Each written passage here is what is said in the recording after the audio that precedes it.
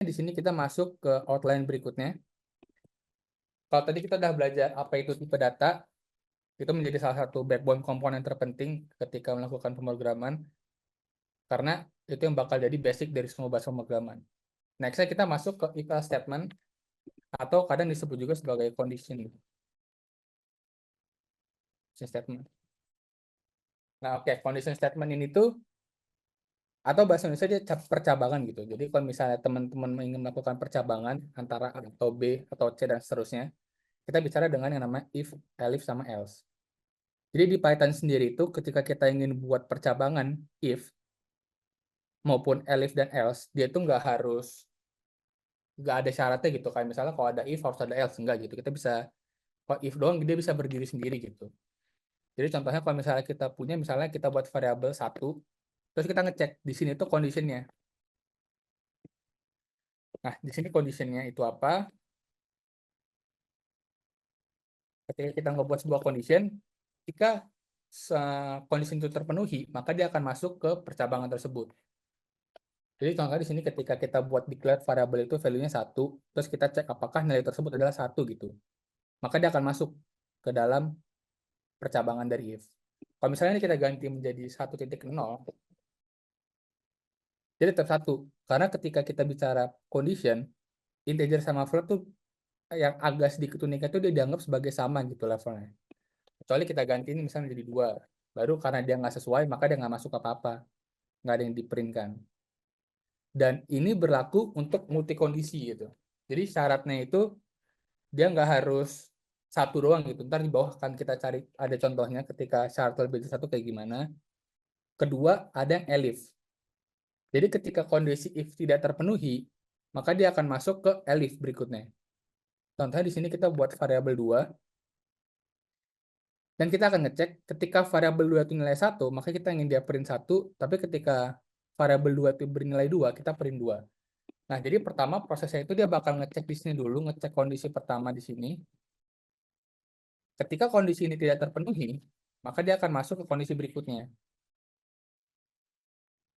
Nah, baru makanya dia akan masuk ke print 2. Dan untuk hal ini, di Python, elif ini disingkat menjadi elif. Jadi elif ini itu sebenarnya istilahnya dari elif. Elif itu adalah else if gitu. Mungkin kalau teman-teman pernah pakai bahasa pemrograman yang lain, elifnya itu mereka lengkap gitu, kayak else if, apa gitu kan. Else if, sebuah condition. Tapi kalau di Python dia disingkat jadi elif gitu. Jadi ketika teman-teman mau buat percabangannya itu ada beberapa cabang, kita bisa pakai elif gitu. Dan terakhir adalah else. Nah, di else ini dia bedanya sama if sama elif, dia nggak ada conditional statement.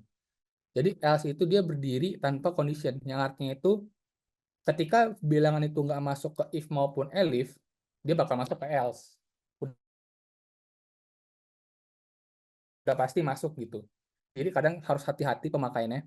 Contohnya di codingan sini, kalau kita bicara, kita punya variabel, kita declare 3 gitu. Terus kita buat variabelnya itu adalah condition pertamanya di sini. Condition pertamanya adalah ketika valid nilai 1, maka kita print 1. Ketika dia bukan, dia bakal masuk ke sini. Dan ketika dia ternyata masih bukan, dia udah pasti masuk ke sini.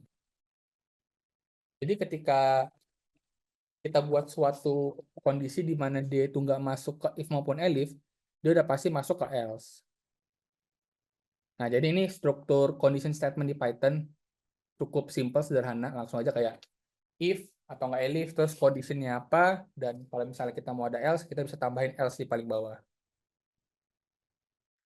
Nah, terus kita juga bisa ngelakuin nested condition gitu. Nah, mungkin sini agak agak panjang, agak kelihatannya agak dalam gitu ya, agak aneh. Cuman kondisinya itu sebenarnya kita buat suatu si pedata variabel satu misalnya, terus kita buat if pertama, if dia itu variabelnya bernilai 1, maka di sini ntar ada suatu value yang kita masukkan lah. Cuma kan dari if ini kita bisa ngelakuin else juga gitu. Nah, ntar kita bisa di sini masuk else paling luar. Jadi else di sini itu dia itu punya if yang paling pertama, yang paling luar. Nah, kita bisa di dalam if ini kita bisa tumpuk lagi, makanya namanya nested. Kita bisa ada if di dalam if gitu. Kita bisa masukin if lagi di sini, if var-nya itu kita ada variabel kedua, terus di sini kita masukin nilainya, ada conditionnya, kita masukin ngelakuin sesuatu, passing sesuatu, pas ini kita bisa maksudnya kita pengen abaikan dulu aja, terus dia bakal punya else lagi, masuk else kedua gitu misalnya. Nah, jadi else yang ini dia tuh punya si if yang kedua. Jadi else yang paling luar itu punya if yang paling luar, else yang di dalamnya ini punya if yang di dalamnya. Nah, sebenarnya kalau kita bicara dari sisi clean code, ini nggak direkomendasi karena kan pada akhirnya bacanya itu agak aneh gitu kan. Kita bakal kayak ke dalam, ngecek dalam lagi, ngecek baru ketemu gitu. Ini bisa di breakdown. Cuman di sini mau ngasih tahu aja ke teman-teman bahwa di dalam if itu kita bisa punya if lagi gitu.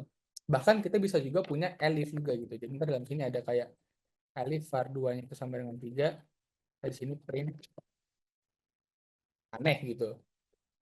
Nah ini bisa juga gitu kayak gini. Jadi di dalam if bisa ada elif lagi, atau enggak di dalam elif bisa punya elif juga gitu. Bahkan di dalam misalnya sini ada suatu condition, terus kita abaikan aja di sini apa? Ada else. Di dalam else pun kita juga bisa punya lagi. Ada di dalamnya. Kasih ada else lagi gitu. Nah, kayak gini pun bisa juga gitu. Ini dari sisi sintaks ini valid. Nah, terakhir kita juga bisa ngebuat percabangan atau condition, tapi dia nggak hanya satu kondisi, tapi kita pengen punya multiple condition. Nah, di sini cara buatnya itu, anggap kita punya suatu variabel var 4, nilai itu adalah 4. Ada var 4, nilai 4, dan juga misalnya ada variabel lainnya, var 5, nilainya itu adalah 6. Kita bisa buat,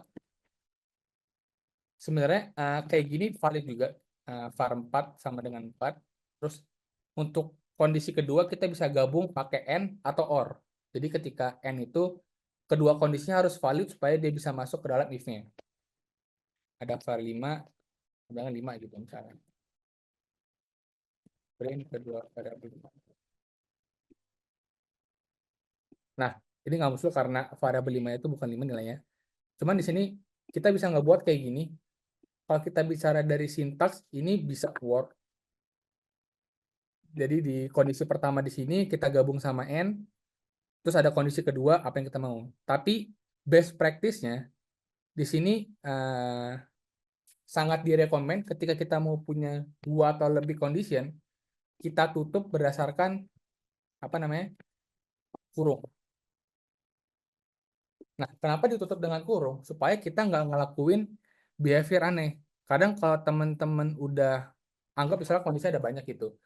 Ketika kondisinya udah terlalu banyak, kadang itu sifat n di sini tuh bukan sebagai gabungan dari kondisi 1 sama kondisi 2 gitu. Jadi supaya kita bisa meminimalisir kondisi-kondisi yang unexpected behavior, saran best practice-nya itu adalah tiap kondisi yang kita punya itu dikurungin berdasarkan suatu kurung gitu. Baru ntar di kurung pertama, kondisi pertama, and kondisi kedua. Dan itu juga berlaku buat semuanya gitu. Best practice-nya adalah dikurungin dulu untuk kondisinya. Nah, misalnya di sini baru ada yang kedua kita bisa pakai or. Nah, or di sini itu hanya ke throw ketika salah satu dari dua kondisi itu benar. Nah, jadi kalau kita misalnya bisa punya var 4 nilai 4, var 5 nilai 6, ketika kita masuk, dia kan pertama ngecek if-nya dulu nih. If variabel 4 sama dengan 4 benar, and variabel 5 sama dengan 5, di sini false. Jadi di sini itu sebenarnya kalau kita dari sisi logic gate-nya, kita punya true and false. Di mana true and false ini di logic gate, dia bakal nge-throw false. Kenapa dia nge-throw false? Karena n itu asumsinya kedua kondisi harus benar. Nah, tapi di elif ini kita makainya or. Kalau di or itu, di sisi logiknya dia bakal kebaca true or false. Nah, ketika true or false, or itu ketika salah satu conditionnya itu adalah true, maka dia udah pasti true semua. Dia udah pasti output adalah true. Jadi mau kita punya kondisinya bermacam-macam, misalnya kita punya 4 kondisi, cuman yang true-nya itu cuma satu, nah dia masuk true. Jadi ketika or, salah satu kondisi harus benar aja. Nah, makanya di output adalah salah satu variabel benar. Jadi di condition statement maupun di percabangan, if else, if elif dan else, kita bisa punya banyak kondisi. Tapi ingat untuk setiap kondisi best practice-nya dikurungin dalam kurung supaya behavior-nya masih bisa kita atur gitu. Baru ntar misalnya di akhir ada else. Sini bisa ada tidak ada variabel yang benar.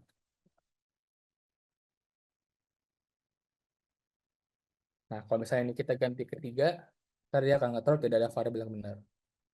Jadi ini salah satu sifat if di Python, kita bisa ngelakuin nested if, di mana di dalam if itu ada if lagi, dan seterusnya. Dan juga kita bisa ngelakuin yang namanya multiple condition.